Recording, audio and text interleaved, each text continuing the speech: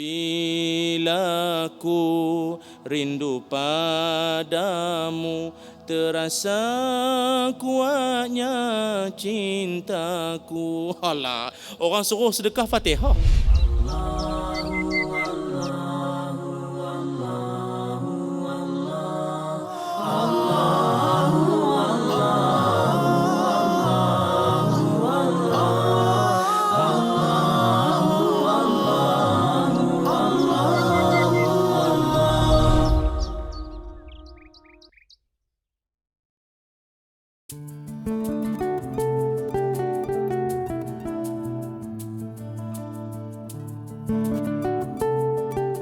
Assalamualaikum warahmatullahi wabarakatuh.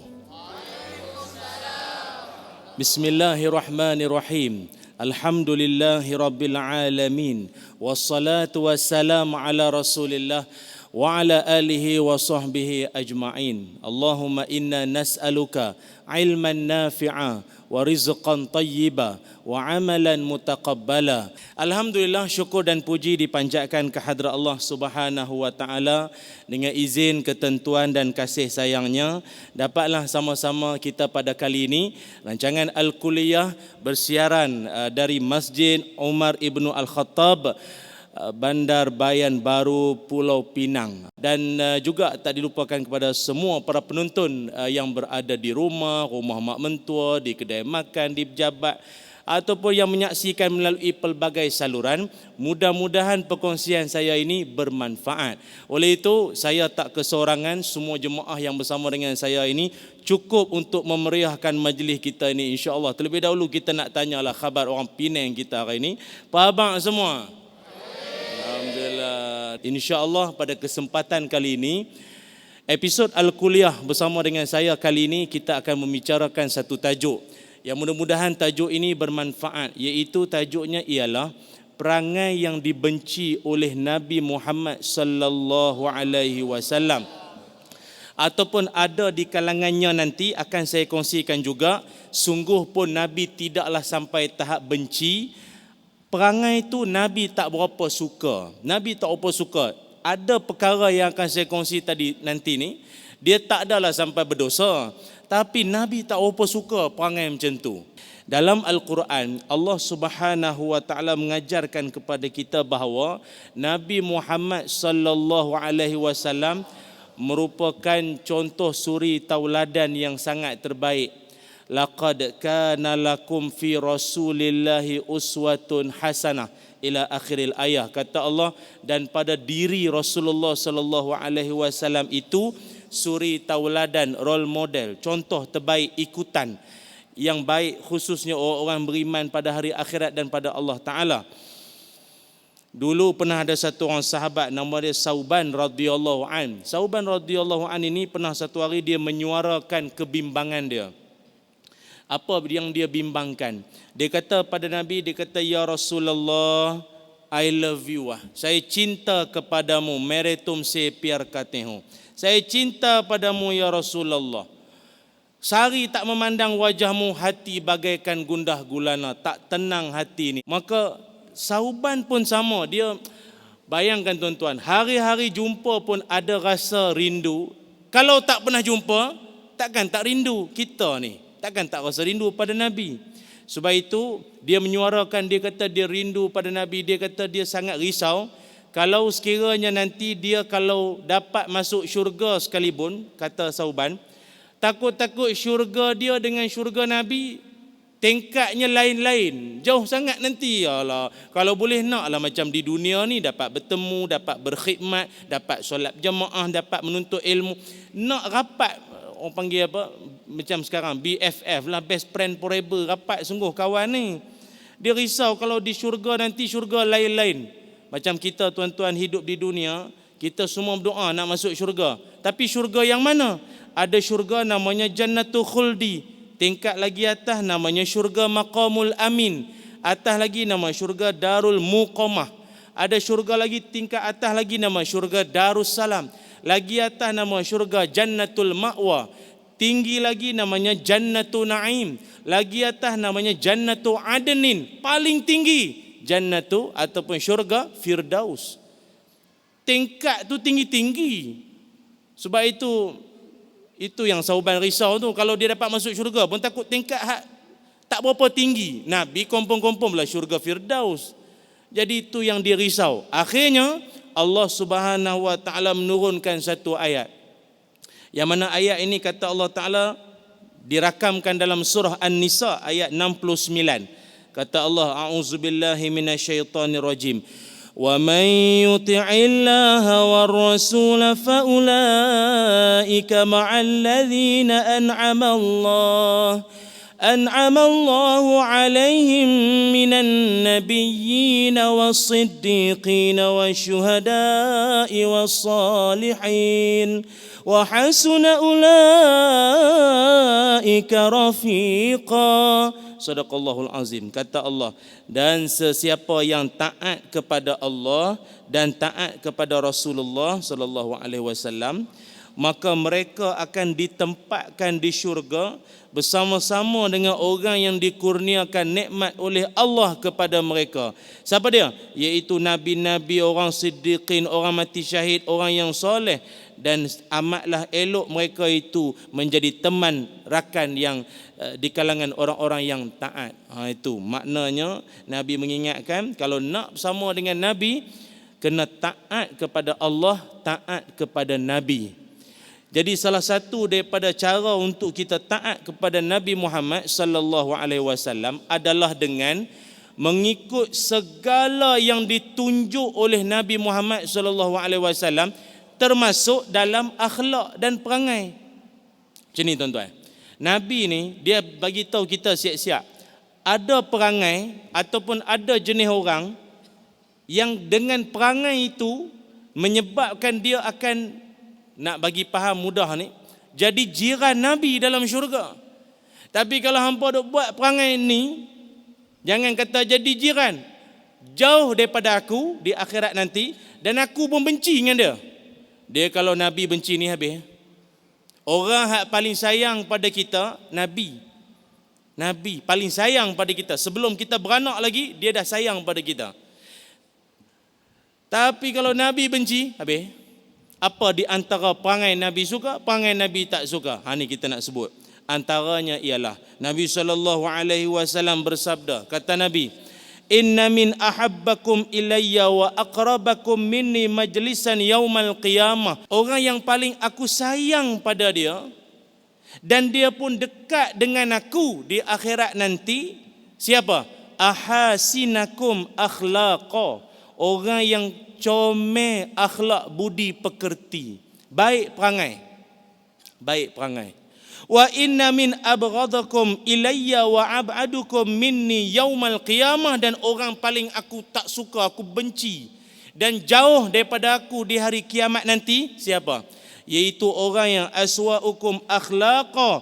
Orang yang buruk perangai, tak senonoh, perangai tak elok. Ataupun disebutkan lagi, iaitu orang yang banyak cakap, sombong, dan kalau dia bercakap sekalipun cakapnya kasar. Cakap kasar. Apa dia? Banyak cakap, sombong, dan bercakapnya itu, kalamnya itu kasar. Kasar sangat bila dia bercakap tu, kasar sangat. Hadis riwayat Imam At-Tirmizi, hadis bertaraf hasan.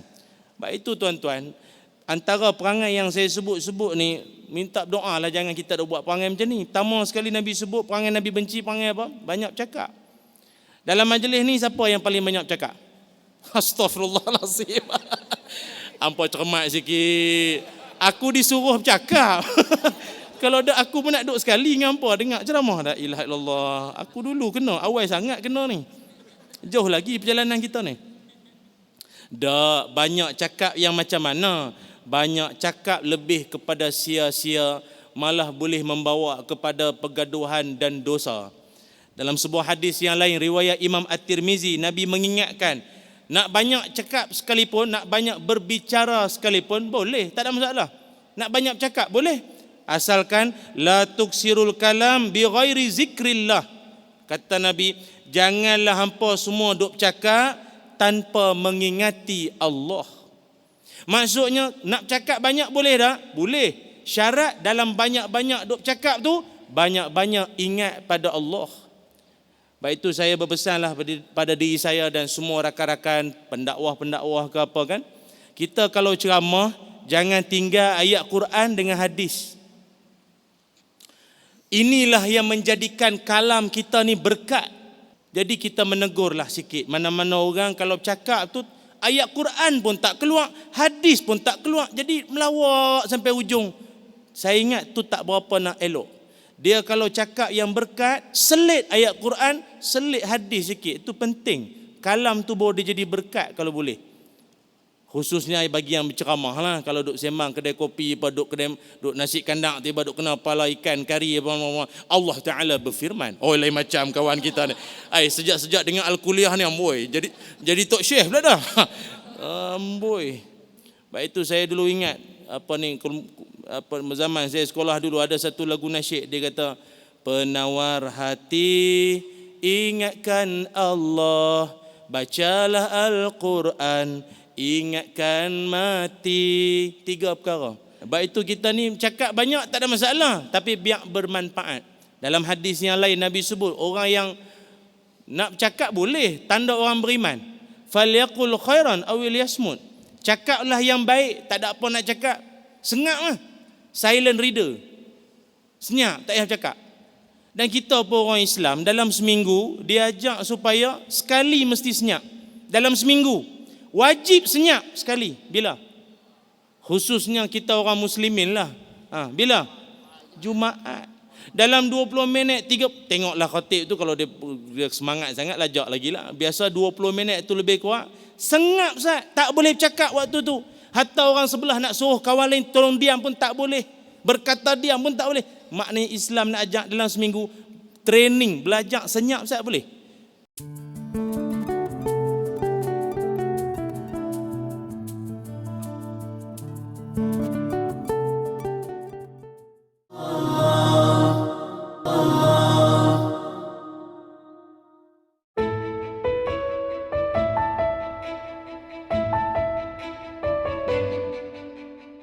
Yang kedua, sombong.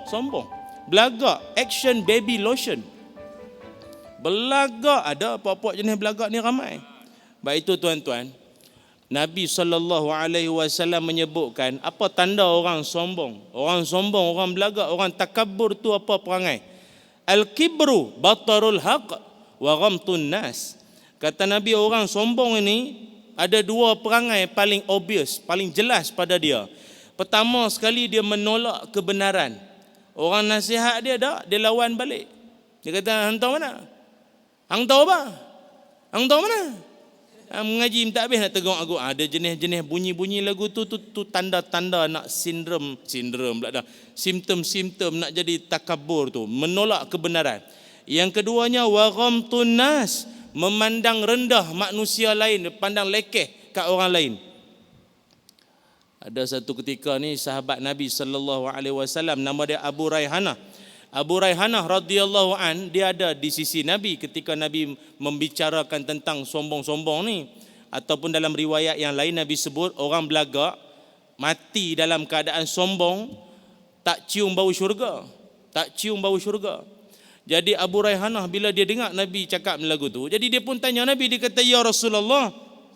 Abu Raihanah ni untuk pengetahuan tuan-tuan, dia sahabat Nabi yang suka smart, sega, smart, dan dia suka orang kata apa, pakaian dia tu dia ada lain pada orang sikit.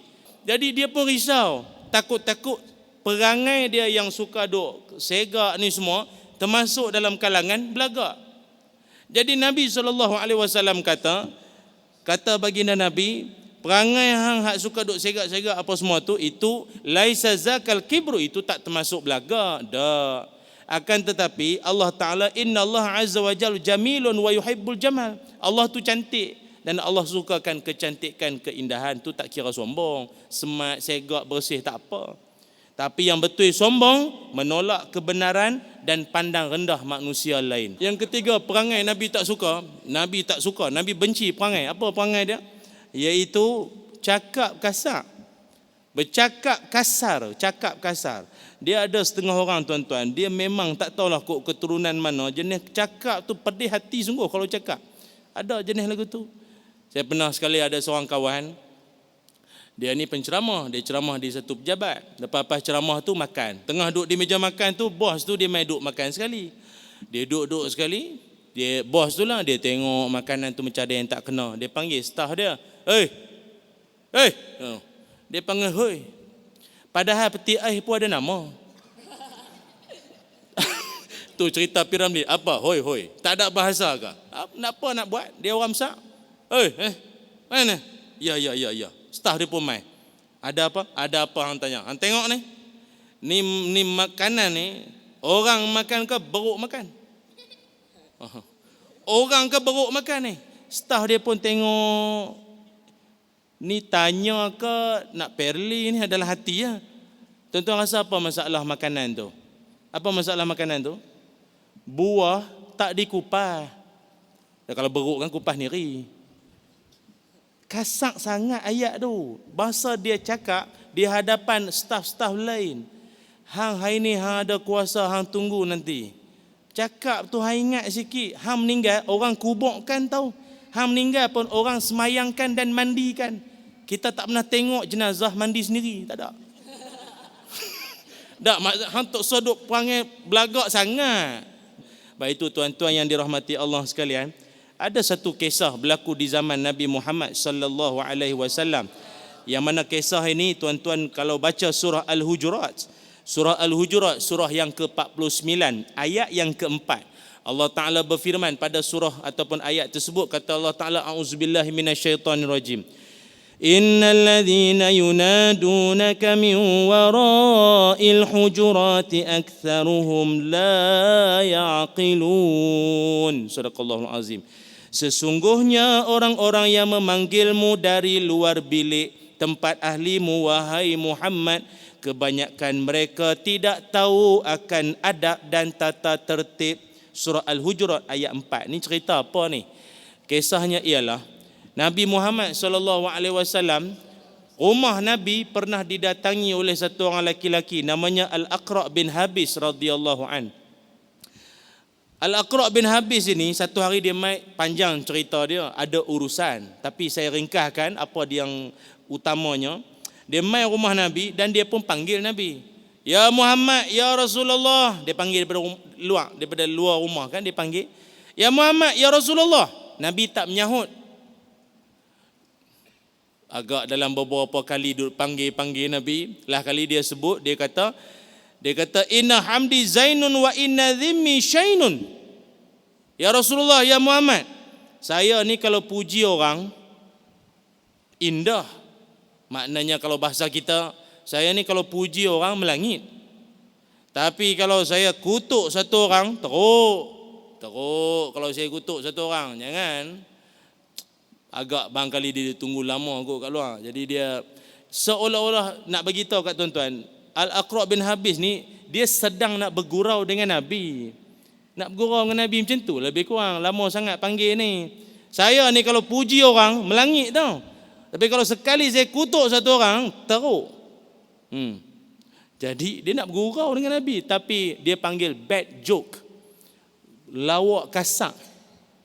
Lalu Nabi SAW, Nabi jawab daripada dalam rumah. Nabi kata, "Zakallah azza wa jal."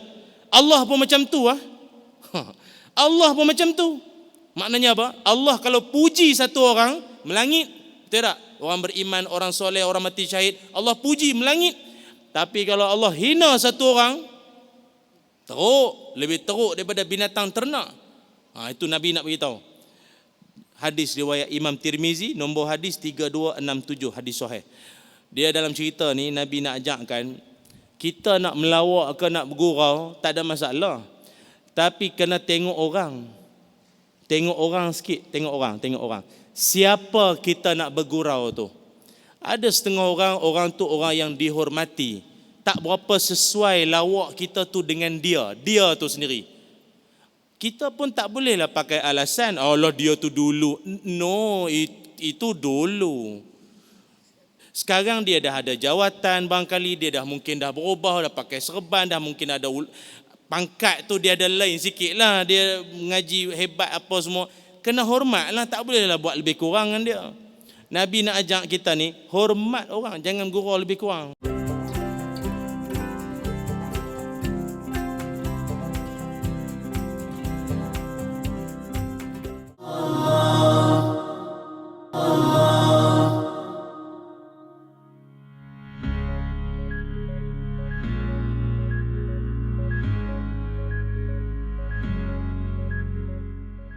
Ada orang tu dia pernah tanya saya, "Ustaz, ayah ustaz kerja apa?" Dia biasakan orang kalau satu orang penceramah, kalau tanya bapak dia, biasanya tok syekh, apa ni, kiai mana, orang alim ulama keturunan. Oh patutlah ayah dia macam tu. Orang saya pun ada agak orang duk tanya-tanya, "Ustaz, ayah ustaz dulu kerja apa?" Saya kata, "Ayah saya dulu polis." "Oh polis." Polis. Jarang anak polis jadi baik.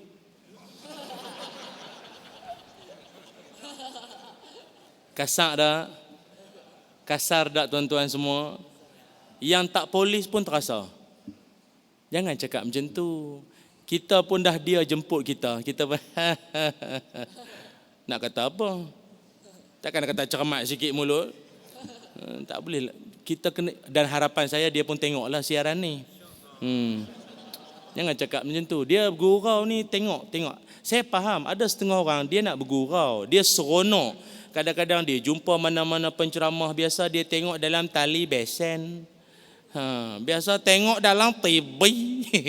Jadi dia jumpa depan mata tu, dia jadi syok. Kadang-kadang bila dia syok, dia tak sedar apa dia cakap tu tak sesuai cakap macam tu. Ada kadang-kadang. Saya kadang duk makan durian. Ada orang tegur,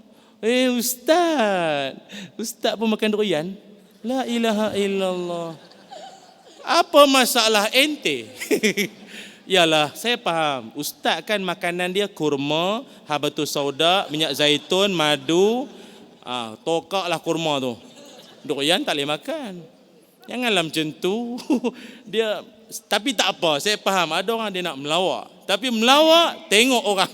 Tengok sikit. Alhamdulillah, lepas ni janganlah pula tak berani nak gurau dengan saya. Gurau lah. Tapi cara.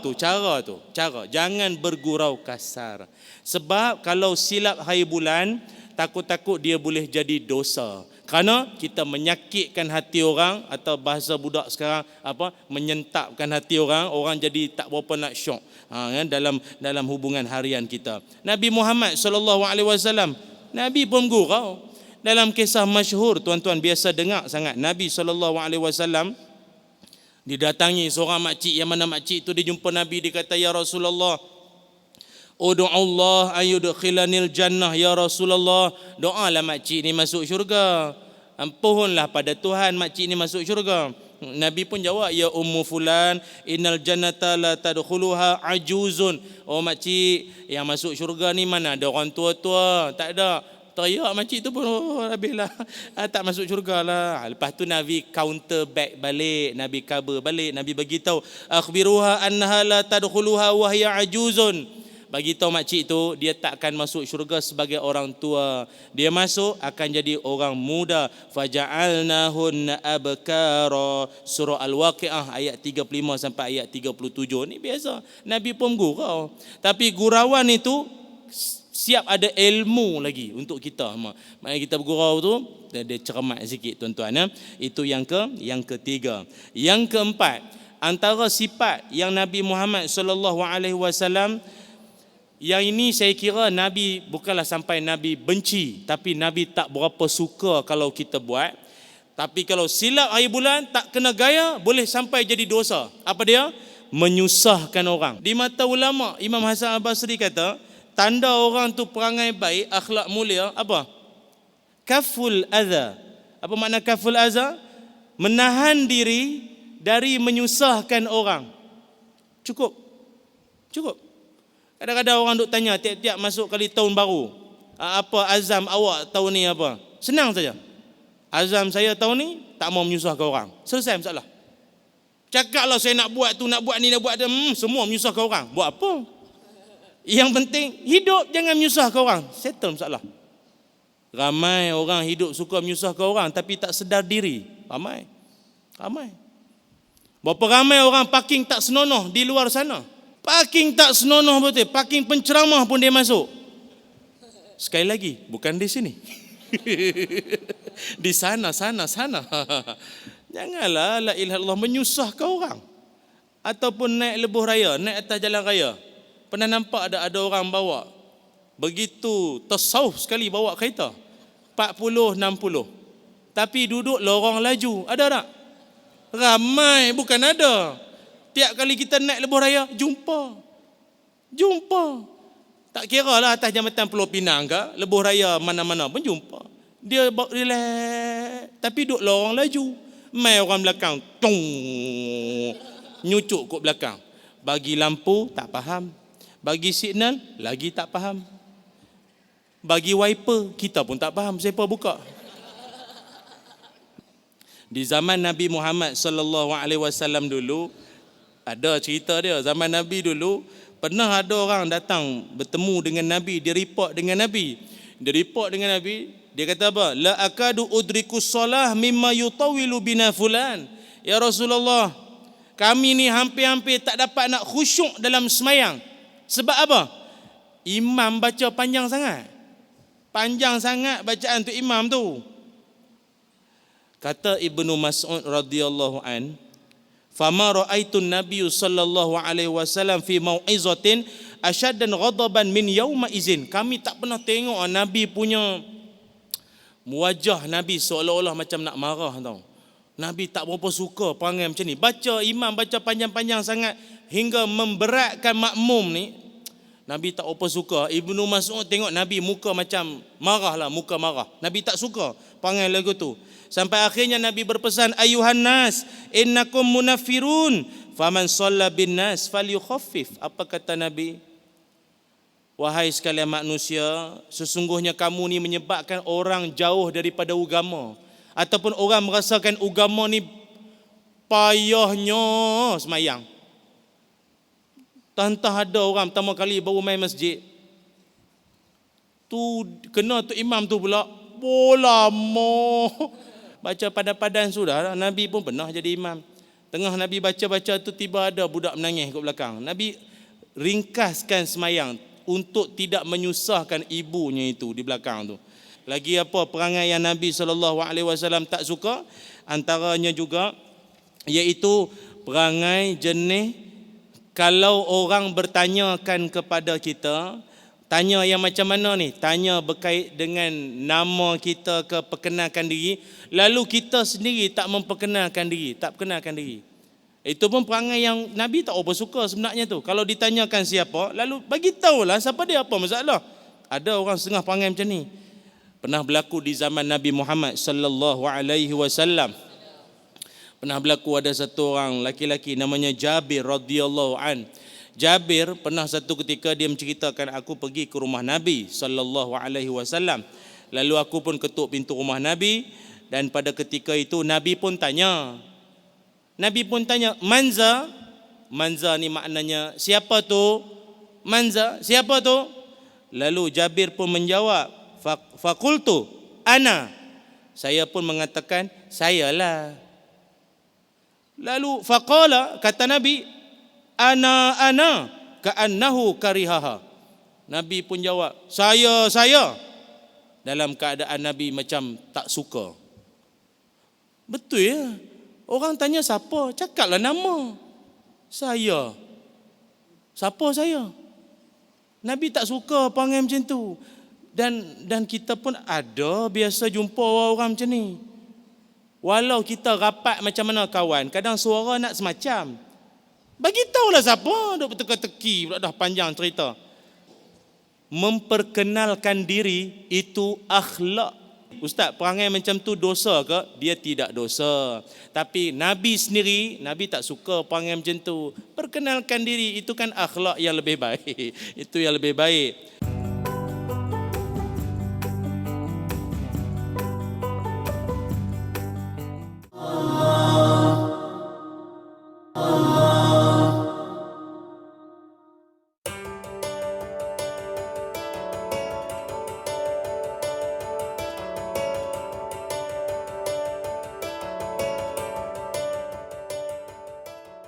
Dan ada juga lagi sifat yang Nabi tidak suka. Yang ini saya boleh kategorikan Nabi sangat benci kalau umat dia buat perangai macam ni. Apa perangainya?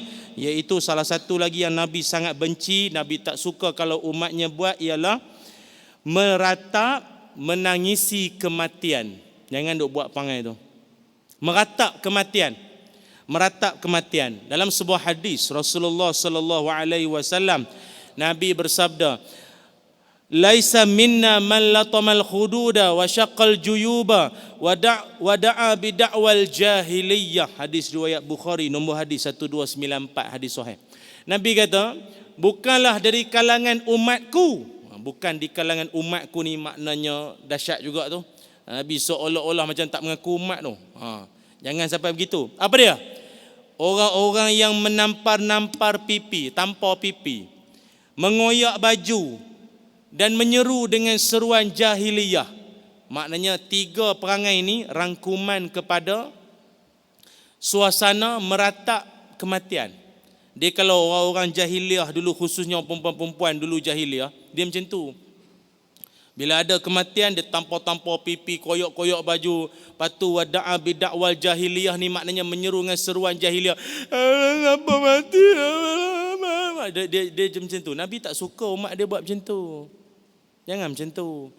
Saya pun faham dalam situasi ni, memang kalau orang yang kita sayang tu terlantar sakit dah lama, berbulan-bulan, dia punya tahap kesedihan tu tak berapa sangat bila dia meninggal. Bukanlah kata tak sedih, sedih tapi tak berapa sangat. Sebab kita macam dah ada jangkaan. Kadang dia punya tarik turun nafas dia pun kita macam dah tengok macam tak berapa lama dah nampak ni. Tapi kalau yang jenis kematian mengejut, dalam tidurnya meninggal kena langgar lori, baru tadi jumpa, atau lebih sedih, baru tadi bergaduh, tahu-tahu orang bagi tahu kata meninggal dah, aksiden kena langgar, kemalangan, meninggal di tempat kejadian. Anak kecil duk sayang, duk belai, lemas dalam kolam. Yang tu dia ada sentap sikit dalam jiwa tu. Jadi Nabi mengingatkan kita awal-awal, jangan sampai macam tu. Kalau sedih sangat akibat kematian orang tersayang, Nabi terlebih dahulu pernah, dan lebih daripada tu lagi, Nabi pernah kehilangan orang tersayang, Saidina Hamzah, bapa saudara Nabi sallallahu alaihi wasallam, wafat, meninggal. Mengejut dalam perang, mengejut kena bunuh. Siapa lagi? Anak Nabi jangan cakap. Yang panjang umur sikit pun Sayyidatina Fatimah. Yang lain semua meninggal masa kecil, masa muda. Jadi kalau kita ni nak banding dengan diri kita yang Tuhan baru uji sikit, jangan melampau-lampau. Bila ku rindu padamu, terasa kuatnya cintaku. Alah, orang suruh sedekah Fatihah, hak nyanyi buat apa? Tak kena gaya lagu tu. Orang Islam, orang beriman, ada akhlak. Bila berhadapan dengan situasi kesedihan, doa pada Allah Ta'ala, itu yang sebaiknya. Baik, itu macam ni. Pesan kat ahli keluarga, tuan-tuan. Ni saya pun cakap pada diri saya. Tuan-tuan pun pesanlah pada ahli keluarga. Dengar baik-baik, dengar tuan-tuan. Dengar elok-elok.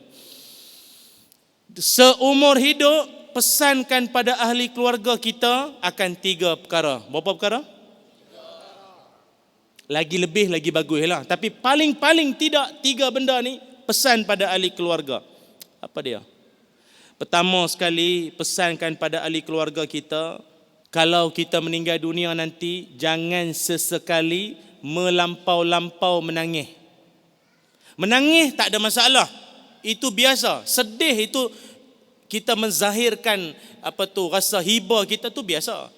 Tapi melampau-lampau sampai menjerit-jerit tu jangan. Sebab Nabi berpesan, al-mayyitu yu'azzabu fi qabrihi bima niyahya alaihi. Kata Nabi dalam riwayat Imam Muslim, kata Nabi, mayat jenazah akan diseksa berdasarkan kadar ketinggian suara orang yang menangis kat dia. Lagi ramai yang lagi kuat mayat tu kena hempuk dengan malaikat. Kesian. Jangan. Menangis sikit-sikit itu tak apa. Nabi pun sedih kematian Sayyidina Ibrahim, anak anda Nabi. Nabi sedih. Tapi jangan meratap. Meratap ni faham kok ya, melampau-lampau. Jangan melebih-lebih sangat. Satu. Yang keduanya ialah pesankan pada ahli keluarga kita di mana kita nak dikebumikan. Bagi tahu siap-siap. Abah ni kalau meninggal kebumi di mana? Bagi tahu siap-siap pun bagus. Bagi tahu siap-siap.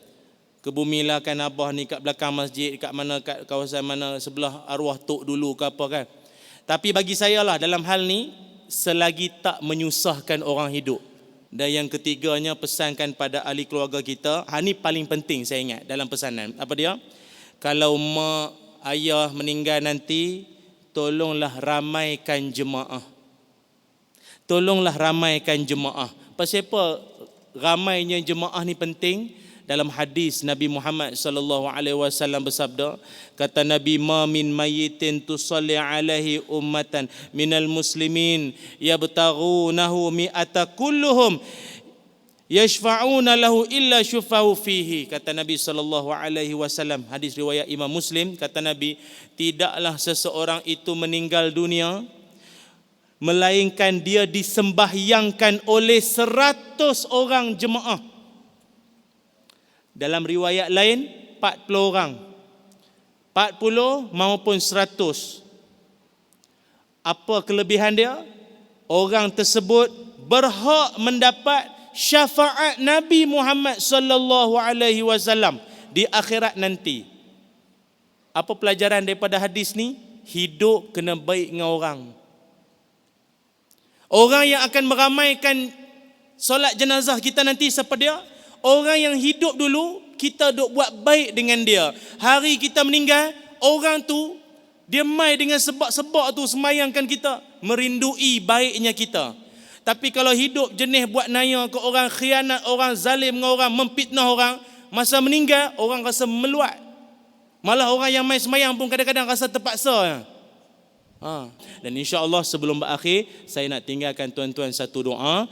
Pakat-pakat beramailah doa ini. Kalau siapa yang biasa dengar, biasa amal, maka istiqomahkan doa tersebut. Kalau yang baru pertama kali dengar doa ni, mulakanlah amalan terhadap doa ini. Apa doa ini? Doa supaya Allah Ta'ala kurniakan kepada kita kecintaan kepada iman dan mencintai segala bentuk kerja-kerja ke arah iman. Apa ke arah iman? Taubat, nasihat, ilmu, ukhuwah, silaturahim, yang ke arah iman, membangunkan iman. Itu pertama.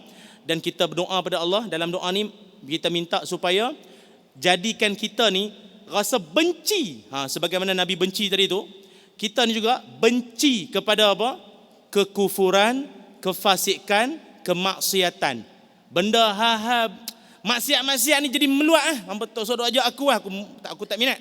Aku tak ada selera ke arah itu. Tu tanda-tanda doa tu makbul tu. Apa doa dia? Saya kongsikan, nak rakam silakan. Allahumma habib ilainal iman wa zayyinhu fi qulubina wa karrih ilainal kufra wal fusuqa wal isyan waj'alna minar rasyidin. Wa sallallahu ala sayyidina Muhammad walhamdulillahi rabbil alamin.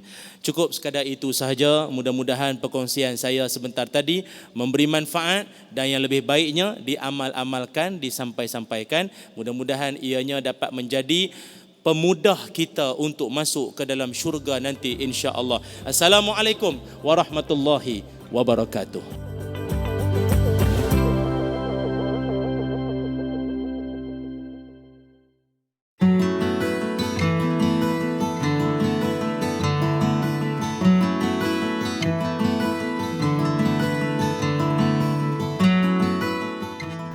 Islam mengajar kepada kita pelbagai tata cara kehidupan kita sebagai seorang Muslim dan juga sebagai manusia.